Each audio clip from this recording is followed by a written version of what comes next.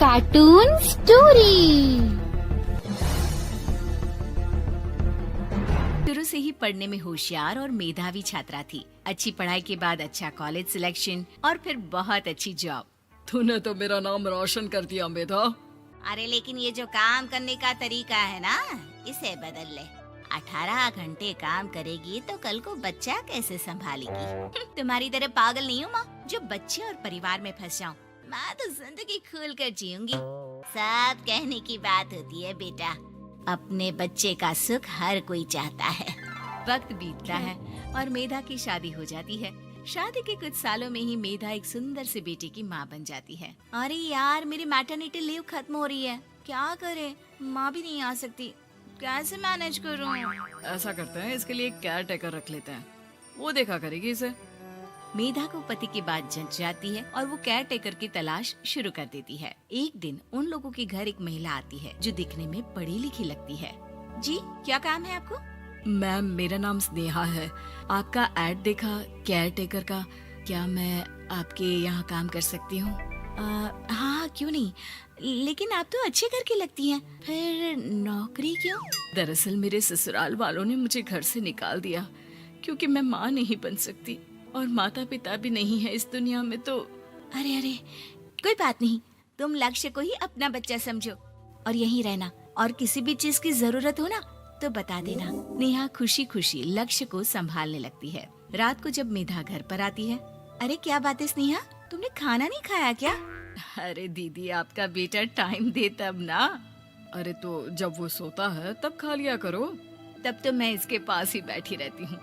कोई मच्छर या कीड़ा काट ले लक्ष्य को तो अब आप पकड़ो, मैं खाना खा लेती हूँ। स्नेहा वहाँ से चली जाती है। बहुत ही अच्छे से ख्याल रख रही है ये लक्ष्य का। मेधा, इतना तो शायद तुम भी ध्यान नहीं देती।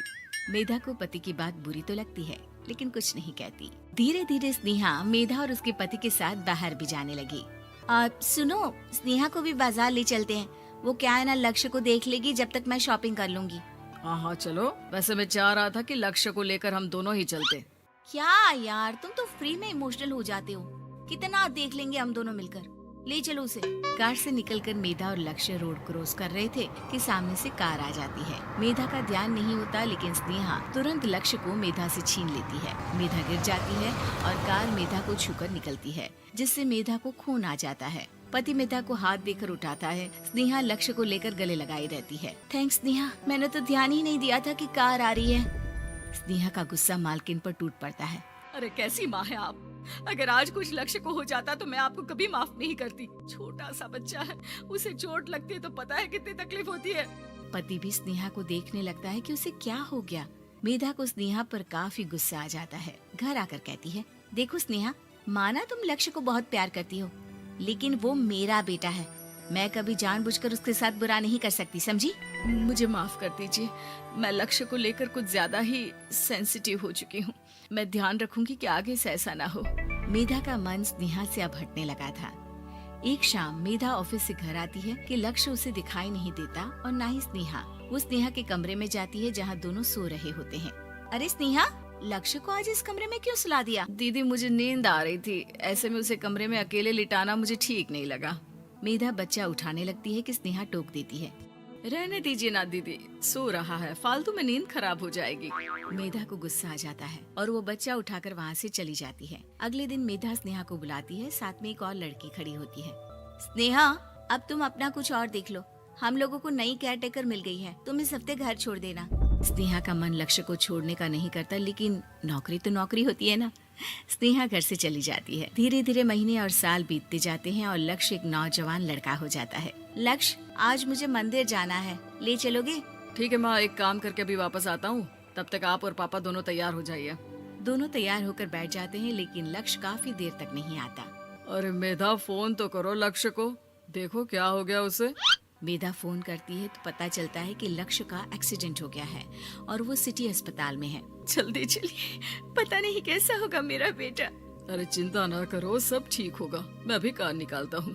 दोनों मियाँ बीवी अस्पताल पहुँचते हैं, जहाँ वो लोग देखते हैं कि लक्ष्य बिस्तर पर पड़ा होता है। एक महिला इन्हें यहाँ लेकर आई है, वो वहाँ बैठी है, लेकिन फिलहाल तो आप लोगों को इनके लिए किडनी का प्रबंध करना होगा। एक्सीडेंट में इसकी किडनी डैमेज हो गई है। मेरी ले लीजिए डॉक्टर साहब, मेरे बेटे को बचा लीजिए। नहीं नहीं, आप माँ हैं, आपकी नहीं ले सकते, पिता की भी नहीं। आप किसी रिलेटिव या दोस्त से पता कर लें, और हाँ थोड़ा जल्दी करें क्योंकि देर होने से मामला बिगड़ सकता है। मेधा बैठकर रोने लगती है कि वहाँ डॉक्टर आ जाते हैं। जिस औरत ने आपके बेटे को यहाँ भर्ती कराया था वो अपनी किडनी आपके बेटे को देना चाहती है। कौन है वो, कहाँ है वो? तभी वहाँ स्नेहा आ जाती है। स्नेहा तुम?